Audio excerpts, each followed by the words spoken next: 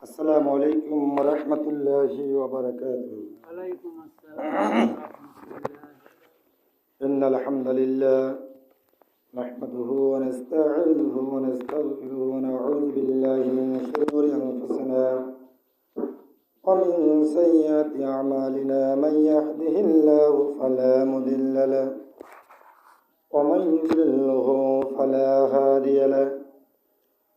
وأشهد أن لا إله إلا الله وأشهد أن محمدا عبده ورسوله.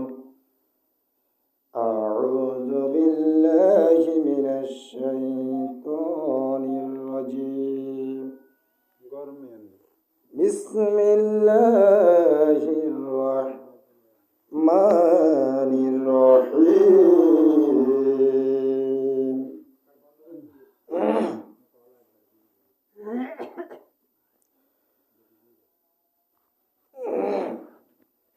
فنظر نظرة في النجوم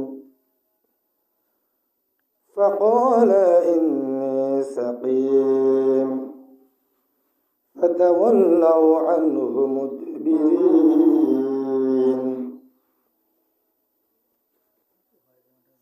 فراغ إلى آلهتهم فقال ألا تأكلون. صدق الله العظيم.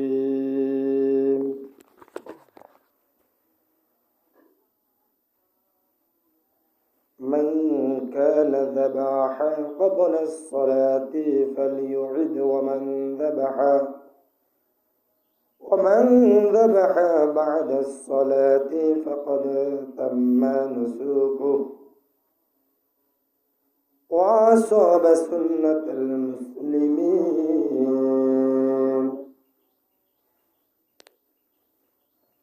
يا أيها الذين آمنوا صلوا عليه وسلموا تسليما. اللهم صل على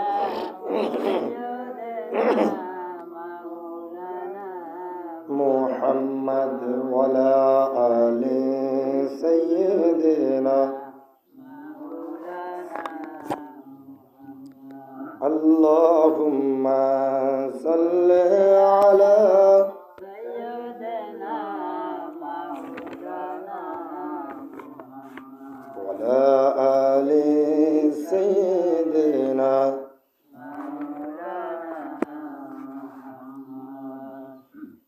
তায়েফের কথা ভেবে কাঁদে শুধু দু নয়ন,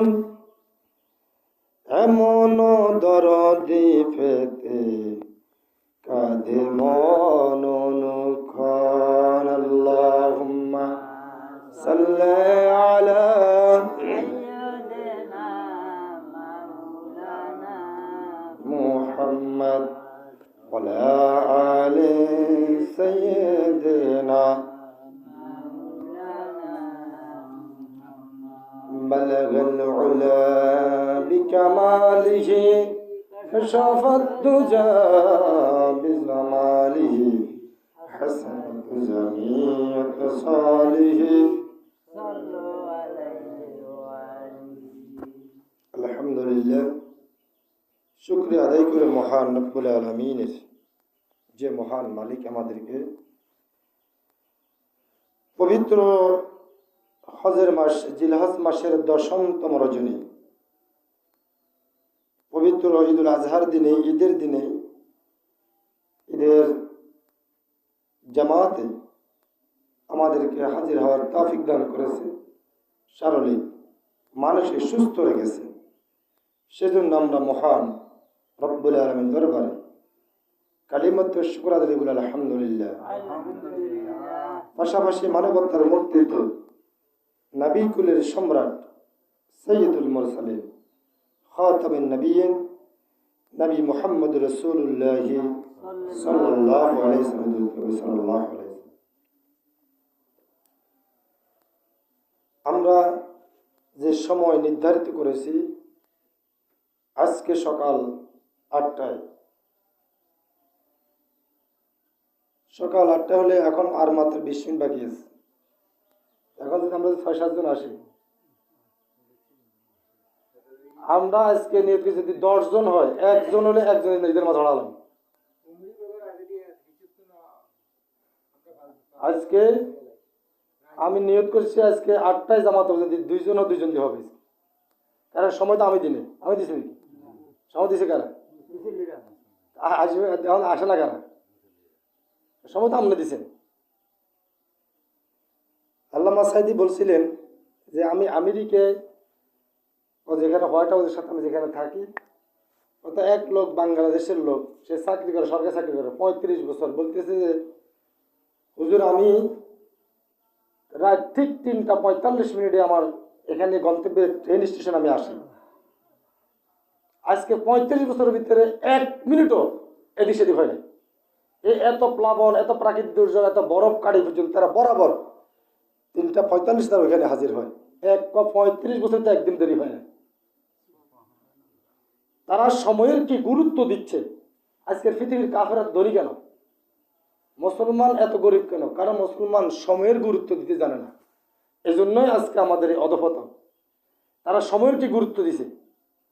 বলতেছে আমাদের বাংলাদেশেও একটা সুবিধা আছে, একদিন 9টার ট্রেন জাস্ট টাইম 9টায় আসছে। সবাই কাছে আলহামদুলিল্লাহ, অন্তত আজকে তো 9টায় আছে।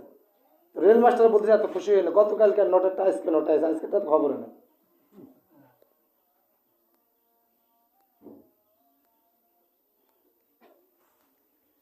আমরা আমাদের জাতির পিতার জীবন থেকে কিছু কথা জানতে চেয়েছিলাম।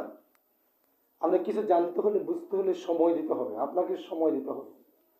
কোরআন এমন একটা কিতাব, আল্লাহ তাআলা বলছেন এই কোরআনের শুধুমাত্র কালিমার ব্যাখ্যা যদি সারা পৃথিবীর সাগর মহাসাগরে পানিগুলি যদি কালি বানানো হয়, আর যদি সারা পৃথিবীর সমস্ত গাছগুলিকে যদি কলম বানানো হয়, তাহলে আল্লাহ বলতেছেন তারপরও আল্লাহ তাআলা এই কালিমার শুকরিয়া, কালিমার জ্ঞান চর্চা, কালিমার ব্যাখ্যা লিখে শেষ করা যাবে না। তারপরে আল্লাহ বলছেন সাগরে শেষ, মানে সাগরের পানি শেষ, সাগরে শেষ, তারপরে ব্যাখ্যা লিখে শেষ করা যাবে না। তাহলে এই কোরআনের আপনাকে বুঝতে হলে কি সময়, বাচ্চা করে ফিসল লাইন দিতেন, বাচ্চা করে সামনে ঢুকেছে গেলে এখন ফিসল লাইন দিতেন। বাচ্চাদের জন্য 3 নম্বর কথা, আমরা এই মাসালা আটটা জানিলাম। এক কথায় আর একটা মাসালা শিখছে কোথায়, ঠেকছি যেথায়। প্রথম মুরব্বীদের জন্য কাতার হবে, এবারে স্বাভাবিক এরপরে যায় দ্বিতীয় কাতারে শিশু বাচ্চারা থাকবে। যদি মহিলা সিস্টেম হয় তাহলে মহিলার 3 নম্বর কাতারে দাঁড়াবে। এটা হলো সুন্নাহ সিস্টেম। তাহলে আমাদের জাতির পিতার নাম কি? বাইরের পাশে ইব্রাহিম, হ্যাঁ, হযরত ইব্রাহিম আলাইহিস সালাম। সুন্দর বলতে হবে তো। আপনি মক্কা মদিনা গেছেন, কোথায় গেছেন? মক্কা গেছি, মদিনা গেছি, আল্লাহ বহুত কিছু দেখেন। সাউদি না বই বেটকে লাদান হেতার বাইরে সিডিসি বাজারে কাউন বাজার, এটা মদিনাতুশ শরীফ, মক্কাতুন নববী সাল্লাল্লাহু আলাইহি সাল্লাম। একটা সম্মানের কথা বলতে হবে, এটা সম্মানী জায়গা। এনে সিডিসি বাজারে গেছি।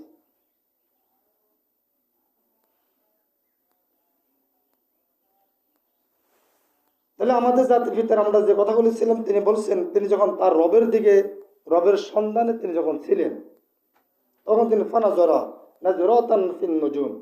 তারপর তিনি একবার সত্যের সন্ধানে তারকার দিকে তাকালেন, যেটা আমাদের গত জুমার শেষ আলোচ্য বিষয় ছিল। তারপর তিনার জাত যখন তিনাকে মূর্তি পূজার দিকে ডাকলো, তখন আমাদের জাতির পিতা হযরত ইব্রাহিম আলাইহিস সালাম তিনি বলছেন, আল্লাহ তাআলা তাদেরকে বলেন যে ইব্রাহিম কি বলতেছে, ওয়া ইব্রাহিম ইয ক্বালা লিকাওমিহি ইবুদুল্লাহ ওয়াত্তাকু যালিকুম খায়রুল লাকুম ইন কুনতুম তা'লামুন। আর ইব্রাহিমকে ফাটাই যখন সে তার সম্প্রদায়কে বলে আমার বন্দেগী করো, আল্লাহর বন্দেগী করো এবং তাকে ভয় করো, এবং তোমাদের জন্য ভালো যদি তোমরা জানো, তাহলে আমাদের জাতির পিতা বললেন, তোমরা ইবাদত করবে শুধুমাত্র কেবলমাত্র একমাত্র কার? কথা বলেন, কার? আল্লাহর ইবাদত করতে শিখিয়ে দিয়েছেন আমাদেরকে আমাদের জাতির পিতা। আমরা যদি সেই পিতার, সেই সুপিতার সুসন্তান হয়ে থাকি, তাহলে আমরা একমাত্র শুধুমাত্র কেবলমাত্র ইবাদত করব কার? ইন্নামা তা'বুদুনা মিন দুনিল্লাহি আওসানা ওয়া তাখলুকু ইফকা। তোমরা আল্লাহকে বাদ দিয়ে যাদের পূজা করেছো, তারা তো নেক নিছক মূর্তি, তোমাদের মিথ্যা, তোমরা মিথ্যাকে তৈরি করেছো। তাহলে আমাদের জাতির পিতা বললেন, সমস্ত মূর্তি পূজারাই তারা মিথ্যার উপর প্রতিষ্ঠিত। কিসের উপরে? মিথ্যার উপর প্রতিষ্ঠিত। কারণ আল্লাহ তাআলা আমাদের জাতির পিতার মাধ্যমে এই কথাগুলি বলে দিয়েছিলেন। তাহলে আমাদের জাতির পিতা তারা যখন আহ্বান করলো যে আসো তুমি আমাদের সাথে পূজা করো, তখন তিনি বলেন, ফাকালা ইন্নী সাকিম। আল্লাহ তাআলা বলছেন, হে নবী, হে ইব্রাহিম, তুমি বলো আমি অসুস্থ। আমি কি অসুস্থ? নবী তো ছিলেন সুস্থ। নবী কি ছিলেন? সুস্থ অসুস্থতা দুই প্রকার হয়। কয় প্রকার? একটা হলো শারীরিক সুস্থ, একটা হলো মানসিক সুস্থ। হলো শারীরিক সুস্থ, মানসিক টেনশন করো। আমি যদি ভাই ভালো নাই, কি ছিল ভাই, টেনশনের সমস্যা আছে, টেনশন করতেছি, আসলে মন ভালো নাই, তার মানে সে কিসে অসুস্থ? মানসিকভাবে সে অসুস্থ। তিনি দেখলেন সারা পৃথিবীর তিনি বাদে আর সবাই যখন মূর্তি পূজা করে, তিনি একজন আল্লাহর নবী হয়ে কখনো তিনি সুস্থ থাকতে পারেন? তিনি অসুস্থ ছিলেন, মানসিকভাবে অসুস্থ ছিলেন। ফাতাওয়াল্লাউ আনহু মুদবিরিন, কাজে তারা তাকে ত্যাগ করে চলে গেল। আরেকটি বর্ণনা আসছেন, ইব্রাহিম আলাইহিস সালামের সর্দি ছিল অথবা গায়ে হালকা জ্বর ছিল, তখন তার বাবা মা, তার আত্মীয়স্বজন তাকে রেখে চলে গেল। বলছে ঠিক আছে, তুমি এখানে থেকে যাও। তারপর তারা বলল, ফারাগা ইলা আলিহাতিহিম ফাকালা আলা তাকুলুন। তাদের পিছনে পিছনে সে দেবতার মন্দিরে ঢুকে পড়লো। তারা যখন চলে গেল, তখন এই মন্দিরটা খালি। তারা তখন দরবারের মন্দিরে চলে গেল, বড় ধরনের। যখন তারা নমরুদের কাছে ওখানে ওই দরবারে চলে গেল, তখন এলাকার মন্দিরগুলি খালি। তখন আমাদের জাতির পিতা মন্দির ঢুকে বলল এবং বলল, যাই ঢুকে দেখেছেন তাদের সামনে অনেক ধরনের ফল ফ্রুট, দুধ হইতে খাদ্য আছে। তিনি বলতেছেন, ফাকালা আলা তাকুলুন, আপনারা এগুলি খাচ্ছেন না কেন? আপনারা কি করতেছেন না কেন? এগুলি খাচ্ছেন না কেন? এত সুন্দর সুন্দর ফল ফ্রুট আমাদের সামনে বই গেছি, আমরা খান না কেন? তারা কি কথা বলতে পারবো নাকি? তার মানে এখানে এখনো ওই যুগের কাফেররা এখনো মূর্তির সামনে, দেবতার সামনে খাবার রাখে কি রাখে না? এখনো রাখে। আগেও রাখতো, এখনো। দেখেন আগের কাফেরদের খাসালত, এখন কাফেরদের খাসালত একই। আগের ইমানদারদের খাসালত, এখন ইমানদারের খাসালত একই। সিস্টেম সব সিলসিলা একইভাবে চলে। মা লাকুম লা তানতিকুন, নবী বলতেছেন কি আমরা খানো না, কথাও কর না? কি এখন খাবেন না, হরে খাবেন না, কাল্লা খাবেন না, কিছু করবেন তো? খান না, কথাও কর না, তো সমস্যা কি? ফারাগা আলাইহিম দরবাম বিল ইয়ামিন, এবার তাদের উপর ঝাঁপিয়ে পড়লো। ছোট বাচ্চা আমরা কখন এই যে খাচ্ছা, নাস্তা আনে, কেক দিয়েছেন, বিস্কিট দিয়েছেন, সানাসে দিয়েছেন, মানে যা খাবে তা দিয়েছেন, এবারও খানে কাঁদে, এবারে গড়িয়ে অথবা খায় না বন্ধ, তখন কি করবে? কি করবে? দেবনি? নবী বললেন আমরা খান্নার কথা, নবী জাফাই পড়ছে। পড়ি দরবাম বিল ইয়ামিন, ডান হাত দিয়ে। কোন হাত দিয়ে? ডান হাত দিয়ে আঘাত করলেন 100 বার। গালের দাঁত 32 গিয়ে 36 গিয়ে শেষ। আবার একথা উনি যদি অনেকে কয় যে তাহলে আমরা মূর্তি ভাঙা শুরু করে দিই, আমাদের বাবাই সারা ভাঙি, ওইব নাকি? বাবাকে ভাঙার আদেশ দিছে কে? আমরা তোকে আদেশ দেন, আদেশ যখন আসবে তখন ভাঙবে, তখন এরাই ভাঙিয়ে ফেলে। আফগানিস্তানে যখন গির্জাগুলি ভেঙে দেওয়া হলো, মন্দিরগুলি ভেঙে দেওয়া হলো, ডাক্তার জাকির নায়েক তখন 2000 সালে, তখন তিনি সারা ওয়ার্ল্ডের জন্য শ্রেষ্ঠ একজন ইসলামী বক্তা, এখনো তিনি সেরা, এখনো তিনের উপরে আছেন বলে মনে হয় না। তখন সারা পৃথিবীর কাফেরও তিনি আলোচনা শুনি, আমরা এগুলি শুনছি কি শুনিনি? এখনো তিনার আলোচনাগুলিতে কাফেররা বেশি নাকি মুসলমান বেশি? কাফেররা বেশি, অন্য ধর্মের লোকেরা বেশি। তখন তিনাকে জিজ্ঞাসা করা হলো যে ডাক্তার জাকির, এই যে আপনার আফগানিস্তানে যখন আমাদের সমস্ত মূর্তিগুলিকে, তারা মন্দিরগুলিকে ভেঙে চুরমার করে দিল, এতে আপনার বক্তব্যকে, আপনার মতামতকে রেখে তারা ঠিক করছে? ডাক্তার জাকির নায়েক বললেন, দেখেন আমি প্রত্যেক ধর্মের একজন ছাত্র, আমি প্রত্যেক ধর্ম নিয়ে লেখাপড়া করে ছাত্র হিসেবে বলতেছি, যদি আপনাদের বাইবেল যদি কোথাও থাকে যে এভাবে মূর্তি পূজা করতে হবে, অথবা হিন্দুদের গীতা বলেন, মহাভারত বলেন, যদি এখানে থাকে, তাহলে প্রথম পৃথিবীতে মুসলমান হিসাবে আমি ডাক্তার জাকির খ্রিস্টান হয়ে যাব। আর যদি নাই থাকে, আপনি না দেখাতে পারেন, পৃথিবীর আমি সমস্ত খ্রিস্টানদেরকে চ্যালেঞ্জ করে বলতেছি, যদি না দেখাতে পারেন, তাহলে আমার যে মুসলমান ভাইয়েরা যে আপনার গির্জা যে ভেঙে দিছে, আপনাকে যে পাপিষ্ঠ থেকে, অন্যায় থেকে ফিরেছে, আপনি তার কাজের টাকাগুলো দিয়ে দিবেন। সে যে আপনার বাড়িতে তার সময় গেছে না, ওই সময়ের টাকাগুলো তাকে দিয়ে দিবেন, তাহলে আপনার তার উপরে আপনার সুবিচার করা হবে, নয়তো আপনি জুলুমবাজ, আপনি জালেম একজন। একথা বলার লগে লগে তার জন্য পৃথিবীর 10 রাষ্ট্র লগে লগে তার পাসপোর্ট ক্যান্সেল করে দিচ্ছে। এবার কি বুঝলেন আপনি?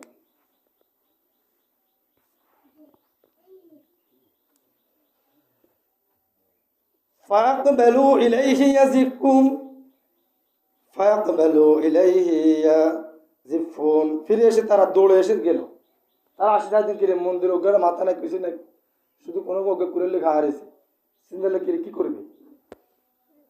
قَالَ أَتَعْبُدُونَ مَا تَنْحِتُونَ তারা বলল, তোমরা কি নিজেরাই খোদাই ওরা জিনিসের পূজা করো? আল্লাহু খালাকাকুম ওয়া মা তা'মালুন, অথচ আল্লাহ তোমাদের সৃষ্টি করেছে এবং তোমাদের যে জিনিসগুলি দিয়ে তৈরি করেছেন তাদেরকেও আল্লাহ সৃষ্টি করেছেন। তাদেরকে সৃষ্টি করছে? আমাদের সৃষ্টি করছে কে? قَالُوا ابْنُوا لَهُ بُنْيَانًا فَأَلْقُوهُ فِي الْجَحِيمِ তখন তারা বলল, তারা পরস্পর বলল, এর জন্য একটি, এই যে আমাদের মূর্তি ভেঙেছে, এরা কি ছাড়া দিব নাকি? এর শাস্তির আওতায় আনো। কিসের আওতায়? শাস্তির আওতায় আনো। কি করবা? তাকে একটি জ্বলন্ত অগ্নিকুণ্ড তৈরি করো। তার মানে এখান থেকে একটা শিক্ষা গ্রহণ, আপনিও যদি সেই আল্লাহর বিধান মেনে চলেন, আপনার উপরও সেই নমরুদ উত্তরসূরিদের হামলা হবে কি হবে না? হামলা, জেল, জুলুম, ফাঁসি আপনারও হবে। আর আপনি যদি সেই রবের পরিপূর্ণভাবে সেই রবের পদে না থাকেন, আপনার কিছুই হবে না। নবী যদি কথা বলতে, আমাদের বাবা যদি কথা বলতে আঘাত দিতে হয়, তিনি যদি আগুনে ফুটতে হয়, আমরা যদি তার সুসন্ধান হয়ে থাকি, তাহলে আমাদের উপরও সমস্যা হওয়ার সম্ভাবনা আছে না নাই? আছে। আমরা সেই সমস্যার মুখে ওই নমরুদ উত্তরসূরি আমাদেরকে গালি দিবে, আমাদেরকে ফাঁসি দিবে, আমাদেরকে জেল দেবে, আমাদেরকে ওই 71 বলে মৌলবাদ আল শামস আল বদর গালি দিবে। ওই একই আগের যুগের নমরুদ ফেরাউন উত্তরসূরি গালি দিয়েছিল, এখনকার ওই ফের নারা নমরুদ ফেরাউন উত্তরসূরি গালি একই। যুগের পরিবর্তন হয়, গালি চেঞ্জ হয় না, একই, সব সিলসিলে একই চলে। আপনি সত্যের পথে থাকবেন, আপনার গালি দিবে। فَأَرَادُوا بِهِ كَيْدًا فَجَعَلْنَاهُمُ الْأَسْفَلِينَ তারা তার বিরুদ্ধে একটি পদক্ষেপ নিয়েছে, কিন্তু আমি তাদেরকে প্রতিপন্ন করেছি। আল্লাহ তারা চেয়েছিল আমার ইব্রাহিমকে অসম্মান করতে, কিন্তু আমি আল্লাহ নিজে তাদেরকে ব্যর্থ করে দিয়েছি। وَقَالَ إِنِّي ذَاهِبٌ إِلَى رَبِّي سَيَهْدِينِ ইব্রাহিম বলল, আমি আমার রবের দিকে যাচ্ছি, তিনি আমাকে পথ দেখাবেন। এখানে বিশাল আরো অনেক ঘটনা, শুধুমাত্র আমরা একটা ঘটনা বলি। ইব্রাহিম যখন আগুনে ফাটাবেন, তিনি তখনও মন খারাপ করেন নাই। মন খারাপ করছে নাকি? তিনি বললেন, আমি আমার রবের দিকে যাচ্ছি, আমার রবের দিকে তিনি আমাকে পথ দেখাবেন। আমাদেরকে পথ দেখাবেন কে? বলছেন আমাকে পথ দেখাবেন। শহীদ কামরুজ্জামান, তেনাকে যখন ফাঁসির মঞ্চে নিয়ে যাওয়া হয়, পিছন থেকে আমাদের ঠাকুরগাঁও এমপির জন্য প্রার্থী ছিল দেলোয়ার হোসেন এবং বাউফলে ডক্টর শফিউল ইসলাম মাসুদ ভাই, তেনারা দুজনে সালাম দিলেন। সালাম দিয়ে বললেন, ভাই আপনার কথা বলবো। ফুলসেরা পিছনে তিনি সামনে দৌড়াইতে এত দ্রুত হাঁটতেছেন ওই ফাঁসির মঞ্চের দিকে। তারপরে তেনারা আর কথা বলার সুযোগ হয় নাই। ফিরে এসে পুলিশদেরকে জিজ্ঞাসা করলো, আমরা তো বাইকে সালাম দিয়েছি, সালাম দেওয়া হলো সুন্নত, কিন্তু সালাম লওয়া ওয়াজিব। তিনি তো সালাম শুনেছেন, লয় নাই মনে হয়, তিনি দ্রুত চলে গেছে। কয়, আমরা পিছন থেকে শুনেছি শহীদ কামরুজ্জামান তিনি সালাম গ্রহণ করেছেন। তিনি বললেন, যারা আল্লাহর দ্বীনের জন্য শহীদ হয়ে যায়, শহীদের কখনো পিছের দিকে তাকায় না। কোথায় তাকায় না? তারা পিছনে তাকায় না। আমি তো ওই ফাঁসির মঞ্চকে দেখতেছি, আমার রবের জান্নাতের সুঘ্রাণ আমার নাকে বইতেছে, আমি আমার রবের সাথে সাক্ষাতের দিকে রওনা হয়েছি। সুবহানাল্লাহ। ইব্রাহিম আলাইহিস সালাম বললেন, আমি আমার রবের দিকে সাক্ষাৎ হয়েছি। ঈমানওয়ালা জাতির পিতার যে কথা, জাতির পিতার সন্তানদের সুসন্তানদের সেই কথা। এজন্যই সেই পথ, যে পথ আল্লাহ আমাকে দেখাইছেন, সেই পথের দিকে আমি যাচ্ছি। যাই হোক, সেখানে তিনি দীর্ঘদিন ছিলেন। তারপরে তিনি যখন তেনাকে বাইর করে দেওয়া হলো, বাইর করে দেওয়ার পরে তারপর তিনি আল্লাহর কাছে দোয়া করলেন। একে একে তার বাবা হাতে আল্লাহর কাছে দোয়া করলেন, রব্বি হাবলি মিনাস সলিহিন, এ পরদাগ আমায় একটি সৎ কর্মশীল পুত্র সন্তান দান করো। কি সন্তান? পুত্র সন্তান দান করো, সৎ কর্মশীল। কি কর্মশীল? নামাজ না হলে সৎকর্ম কেন? গাঁজাখানি সৎ, মদের বোতল দোয়ানে বাইর করে লয়, খাইবার করবে। আমরা কি এখন বিরোধী দলে ডরাইনি? ডরাইবার টাইম নেই। একজন ইমাম সাহেব হুজুর আছে, কয় ধর্মী আমরা বিরোধী দলে ডরাইনি, খামো। হঠাৎ করে আয়াতের কথা মনে, আল্লাহ বলছেন, যখন জালিমদের সাথে তার কথা বলিও না, বাড়াবাড়ি বলবে, কওলে সালামা, আসসালামু আলাইকুম। কি বলবে? আসসালামু আলাইকুম। তোমার সাথে কথা বলা আমার সুযোগ নাই। আল্লাহ বলছেন, যাই যে কথা বলিও না, এদের সাথে কথা বললে তোমার সময়টা লস হবে, কথা বলিও না।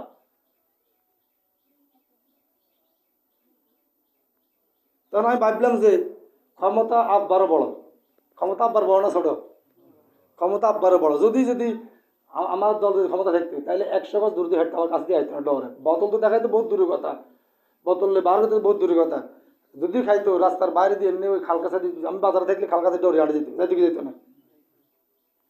এই জন্য ক্ষমতা আব্বারও একদিনের বড়, আব্বা ক্ষমতারও ছোট।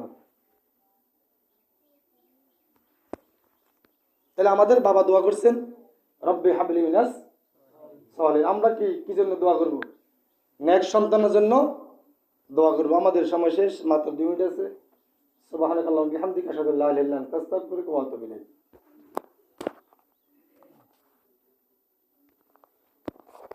সময় 8টায় আমাদের কথা হয়েছিল, জামাত হবে ইনশাআল্লাহ।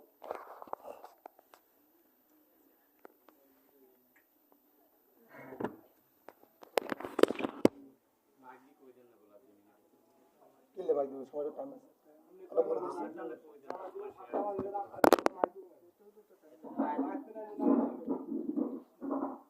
যারা ফটোগ্রাফি করতেছেন, আমাদের যে জন্য 8টা হবে, আর মাত্র 1 মিনিট সময় আছে, এর ভিতরে দাঁড়াই যাবে। যারা ফজর নামাজ পড়েন না, 2 রাত পড়লেন তাড়াতাড়ি, 2 মিনিট সময়, 2 মিনিট পরে সময়, বরাবর 8টা দাঁড়াই সময়। আপনাদের সময় আমি দিই নিতে, এখানে সময় নির্ধারিত সময় দেওয়া হয়েছে। একজন হলে একজন পড়া হবে, আজকে শিক্ষা দেওয়া হবে।